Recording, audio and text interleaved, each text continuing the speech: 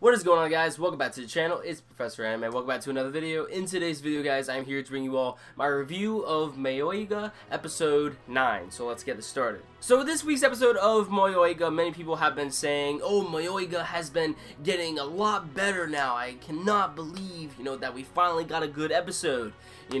Now, upon watching this episode of Mayoiga, I have mixed feelings. I still think that Mayoiga is still, going down the pisser. I mean, to be honest with you. However, I will say that this episode is a lot better than the episodes that we have gotten in the past. So pretty much this episode focused on Mutsumune, Masaki, and also Mutsumune's friend in this episode. We see that they eventually end up going through the tunnel of Nanaki Village, which leads them to another portion of the Nanaki Village of itself. However, as we have seen in the previous episodes of Mayoiga, that apparently you cannot actually get out of Nanaki Village. What it's going to end up doing is just pretty much lead you to, another dimension in time where there is another Mayoiga village or Nanaki village or whatever. Like, I don't know. This freaking show still confuses the fuck out of me, but regardless,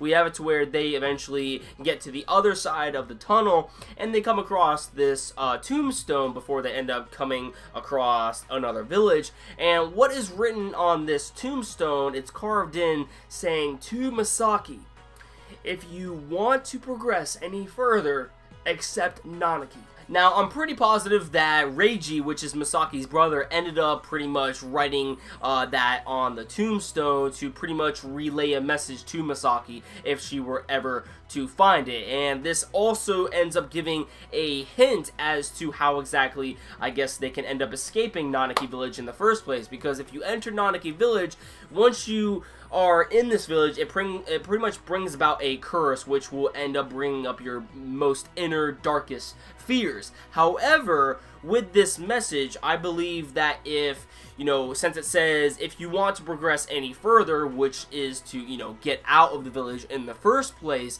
you're going to have to accept your innermost darkest fears, Nanaki, what is causing you all this trauma to begin with. So I believe the only way out of this village is to pretty much accept everyone's fears. Once they end up developing the ability to pretty much accept their own fears, they will safely, get out of the town that they are now residing at. In this episode, we actually get to see that Mutsumune's friend actually has a traumatic past of his very own, and this one actually makes a lot more sense compared to the other weird sort of backstories that we have actually gotten from the previous other characters in this series. So we find out that pretty much he was abused as a child. His mother pretty much saw him as a decorative sort of tool rather than, her own son. And when it comes to the father, the father pretty much ended up doing things that he particularly enjoyed and didn't really take into consideration of what his son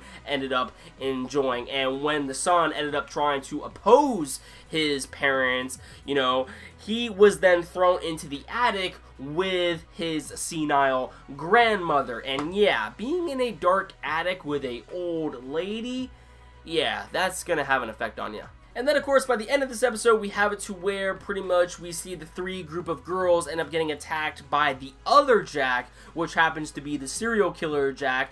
Is he really a serial killer? I don't really know. Why are we still calling him a serial killer? But anyway, apparently people are saying that, oh, Mayoiga must be getting good now because Jack is back in town.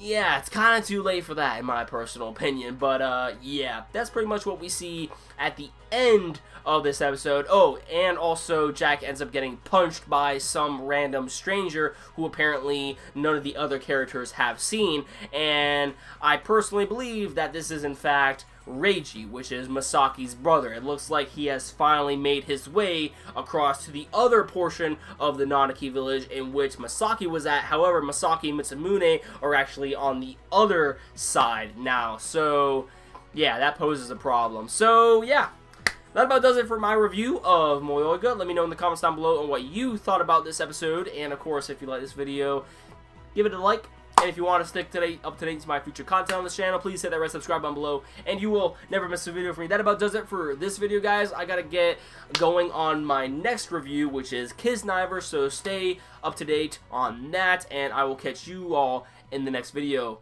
Peace.